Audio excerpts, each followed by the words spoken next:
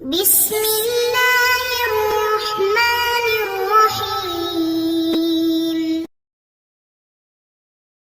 السلام علیکم ورحمۃ اللہ وبرکاتہ۔ امید ہے کہ آپ سب ایمان، صحت، عافیت اور برکت کے ساتھ ہوں گے۔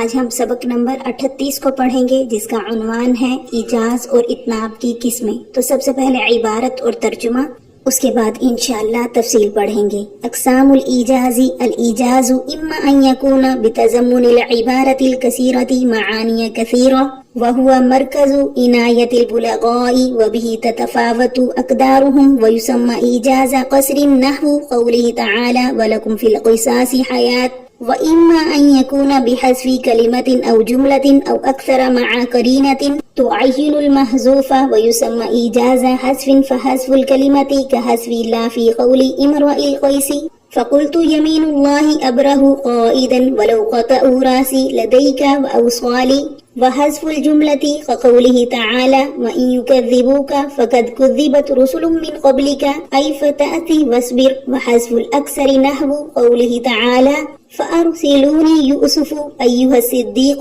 أي أرسلوني إلى يوسف لأستعبره الرؤيا ففعلوا فأتاه وقال له يا يوسف۔ اقسام الاتناب: الاتناب يكون بأمور كثيرة منها ذکر الخاص بعد العام نحو اجتهدوا في دروسكم واللغة العربية، وفائدته التنبيه على فصل الخاص كأنه لرفعته جنس آخر مغاير لما قبله، ومنها ذكر العام بعد الخاص كقوله تعالى رب اغفر لي ولوالدي ولمن دخل بيتي مؤمنا وللمؤمنين والمؤمنات، ومنها الإيذاء بعد الإبهام نحو أمدكم بما تعملون أمدكم بأنعام وبنين، ومنها التوشيع وهو أن يؤتى في آخر الكلام بمثنى مفسر باثنين كقوله أمسى وأصبح من تذكاركم وسبا يرسل المشفقان الأهل والولد۔ اب ترجمہ دیکھیے۔ ایجاز کی قسمیں: ایجاز یا تو ہوتا ہے متضمن، مختصر عبارت کے بہت زیادہ معانی پر، اور وہ مرکز ہے بلغاء کی توجہ کا، اور اسی سے ان بلغاء کے مرتبوں کا فرق ظاہر ہوتا ہے، اور نام رکھا جاتا ہے اس اعجاز کا اعجاز قصر، جیسے اللہ تعالیٰ کا قول اور تمہارے لیے قصاص میں بہت بڑی زندگی ہے، اور یا ہوتا ہے کبھی ایجاز حذف کلمے کے ساتھ یا حذف جملے کے ساتھ یا جملے سے زیادہ حذف کے ساتھ، ایسے قرینے کے ساتھ جو محذوف کو متعین کر سکے، اور نام رکھا جاتا ہے اس ایجاز کا ایجاز حذف۔ پس کلیمے کا حذف لا کے حذف جیسا ہے امرؤ القیس کے قول میں،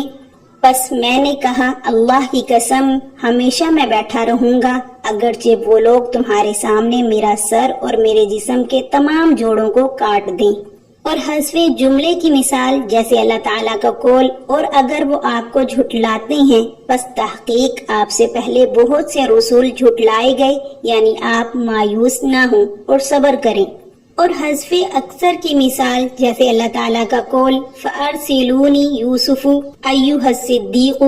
یعنی مجھے یوسف تک جانے کی اجازت دیں تاکہ اس سے خواب کی تعبیر معلوم کر لوں۔ پس لوگوں نے ایسا ہی کیا، پس وہ آیا یوسف کے پاس اور اس نے کہا اے یوسف۔ اتناب کی قسمیں: اتناب بہت سی چیزوں سے حاصل ہوتا ہے، اور ان میں سے ایک یہ ہے کہ عام کے بعد خاص کو ذکر کرنا، جیسے کوشش کرو تم اپنے سبقوں میں اور عربی لغت میں، اور اس کا فائدہ یہ ہے کہ خاص کی فضیلت پر تنبیہ کرنا ہے، گویا کہ وہ خاص اپنی بلندی کی وجہ سے دوسری جنس ہے جو اپنے ماقبل کے مغایر ہے، اور ان میں سے ایک ہے کہ خاص کے بعد عام کو ذکر کرنا، جیسے اللہ تعالیٰ کا قول اے میرے رب بخش دے تو مجھے اور میرے والدین کو اور اس شخص کو جو میرے گھر میں داخل ہو، مومن ہو کر مومنین اور مومنات کو۔ اور ان میں سے ایک ابہام کے بعد ایذا ہے، جیسے اللہ تعالیٰ کا قول مدد کی اس نے تمہاری ان چیزوں سے جن کو تم جانتے ہو،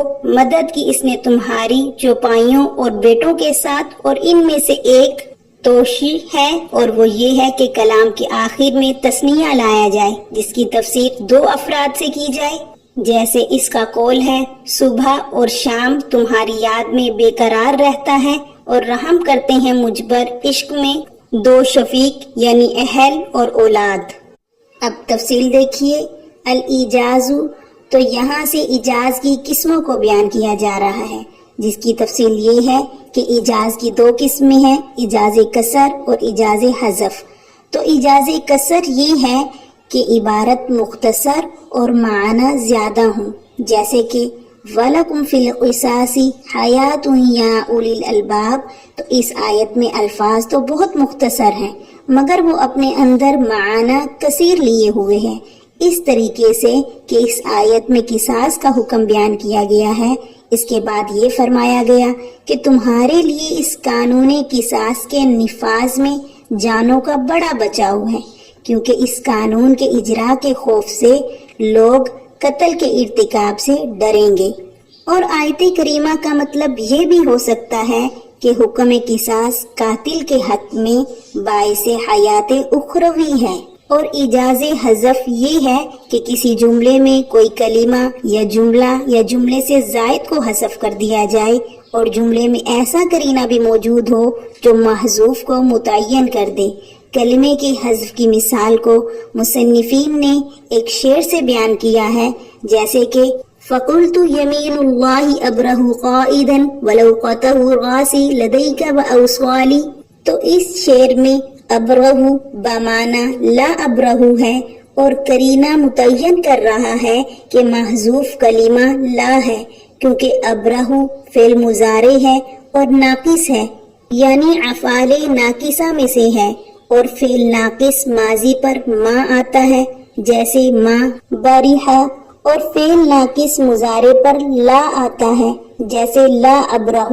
تو مضارع ابرہ سے لا کو حذف کیا گیا، تو یہاں پر محل استشہاد لفظ ابرہ ہے، یہ ایجاز الحذف ہے۔ اور حذف جملے کی مثال کو دیکھیے، جیسے کہ وَإِن يُكَذِّبُوكَ فَقَدْ كَذَّبَتْ رُسُلٌ مِّن قَبْلِكَ، تو جو اصل میں تھا وہ یہ ہے وَإِن يُكَذِّبُوكَ فَتَأْسِي وَاصْبِرْ کو حذف کر دیا، اور قرینہ فَقَدْ كَذَّبَتْ ہے جو جزا کے قائم مقام کر دیا گیا۔ واضح رہے کہ تأسی اور اصبر دو جملے محذوف نہیں ہیں، بلکہ محذوف صرف ایک ہی جملہ ہے اور دوسرا جملہ پہلے جملے کے معنی کی وضاحت کے لیے ہے۔ تو آیت کریمہ کا مطلب یہ ہے کہ اگر مشرکین آپ کو جھٹلاتے ہیں تو آپ غم نہ کریں اور صبر سے کام لیں، کیونکہ صرف آپ ہی کو نہیں جھٹلایا جا رہا بلکہ آپ سے پہلے بھی رسولوں کو جھٹلایا گیا ہے۔ اور ایک جملے سے زائد حذف کی مثال یہ ہے، جیسے کہ اللہ تعالیٰ کا قول فَأَرْسِلُونِي يُوسُفُ أَيُّهَا الصِّدِّيقُ، کہ آپ مجھ کو بھیج دیجئے اے یوسف، اے صدق مجسم۔ تو آیت مذکورہ میں ایک جملے سے زائد محذوف ہے، کیونکہ اصل عبارت یہ تھی فَأَرْسِلُونِي إِلَى يُوسُفَ لِيَسْتَعْبِرَهُ الرُّؤْيَا فَفَعَلُوا فَأَتَاهُ وَقَالَ لَهُ يَا يُوسُفُ، تو اس آیت میں لِيَسْتَعْبِرَهُ الرُّؤْيا فَفَعَلُوا فَأَتَاهُ فَقَالَ لَهُ يَا، 5 جملے محذوف ہیں، اس لیے کہ یا بھی ایک جملہ ادعو کے قائم مقام ہے۔ تو قرینہ یہاں پر آیت کریمہ کے سیاق اور سباق کے جملے ہیں جو خواب کی تعبیر کے لیے اجازت طلب کرنے اور تعبیر بتلانے پر دلالت کر رہے ہیں۔ اقسام الاتنابی، تو یہاں سے مصنفین اتناب کی اقسام کی وضاحت فرما رہے ہیں۔ فرمایا کہ اتناب کئی طریقے سے ہوتا ہے، اس کے بعد ہر ایک طریقے کی مثال کی وضاحت کی گئی ہے۔ نمبر 1، ذکر الخاص بعد العام، یعنی عام چیز کو بیان کرنے کے بعد خاص چیز کو بیان کرنا، جیسے کہ اجتہدوا فی دروسکم واللغۃ العربیۃ، تو اس مثال میں دروس عام ہے جس کے تحت عربی زبان کا سبق بھی داخل ہے، مگر اس کے بعد لغت العربیہ کو خاص طور پر ذکر کیا گیا ہے،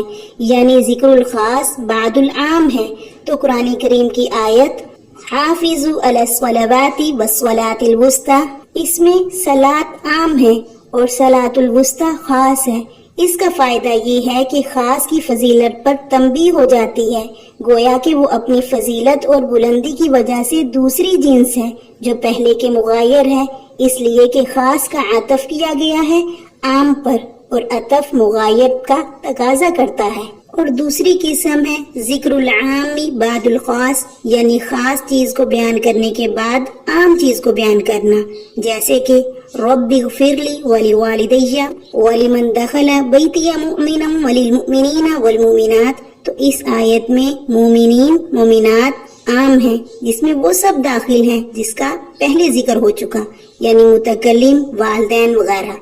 یعنی پہلے خاص کا ذکر کیا، اس کے بعد عام کو لائے، اور یہی ذکر العام بعد الخاص ہے۔ اور تیسری قسم ایضاح بعد الابہامی، یعنی پہلے ایک مطلب کو مبہم ذکر کریں پھر اس کی توضیح کریں تاکہ سامع کے ذہن میں وہ مطلب خوب راسخ ہو جائے، جیسے کہ امدکم بما تعملون امدکم بانعام وبنین۔ تو اس آیت میں ما تعملون میں ابہام تھا، دوسری آیت میں بانعام وبنین سے اس کی توضیح کر دی گئی۔ اور چوتھی قسم التوشیع،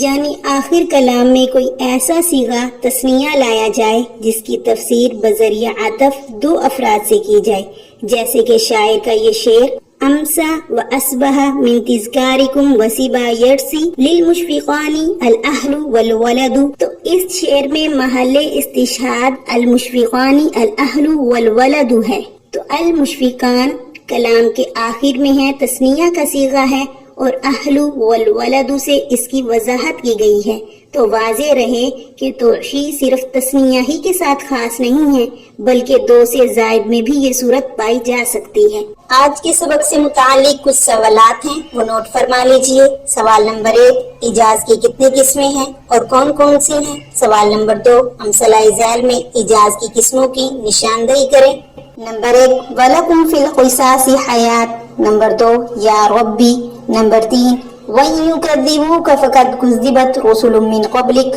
جزاکم اللہ خیرا۔